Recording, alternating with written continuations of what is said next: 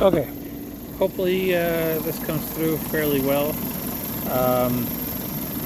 What you're seeing down there, this thing here that I'm pointing at, where that belt is, that pulley, that's your AC compressor. It'll look something like that.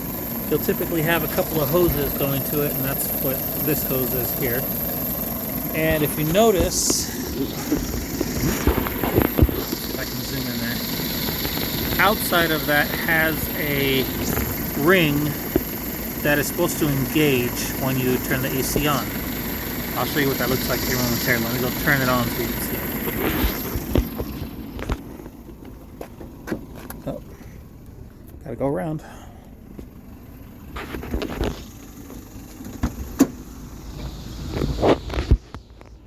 Okay, AC is on now.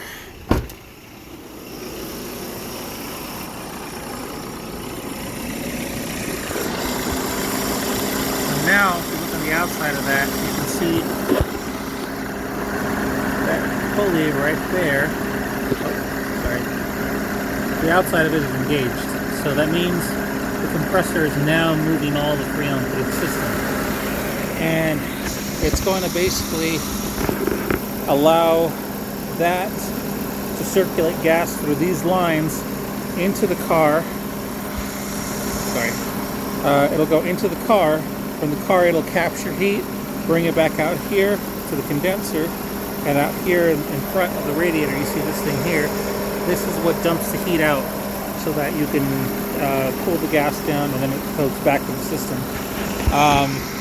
Sometimes your AC system might look like mine does, where it's a little bit gross and dirty. If you see that, that's a sign of leakage. See it there.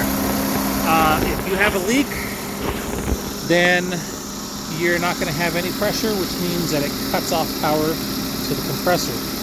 If that's the case, then you have to have the system repaired. It has to be resealed and then refilled with the proper refrigerant.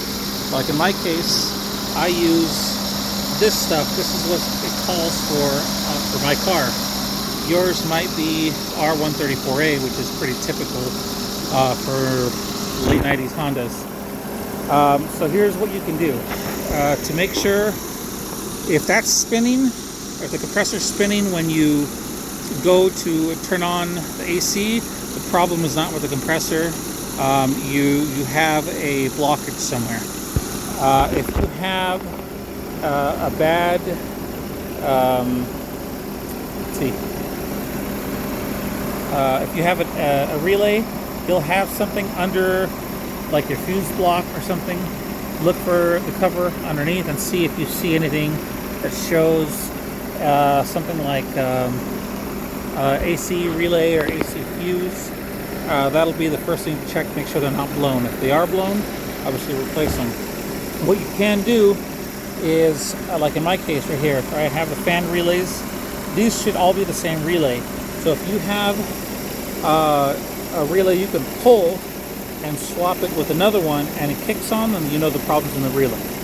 And the relay itself shouldn't be terribly expensive, maybe 20-30 bucks on the low side, depending on how many pins it has. Check along your lines, because you're going to find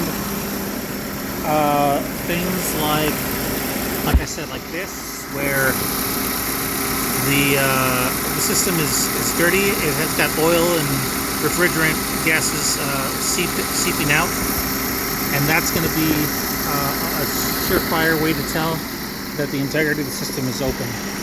So that's the best thing I can tell you. Hopefully that was a pretty easy explanation. If not, call me back, let me know, and we'll go from there. All right, bye.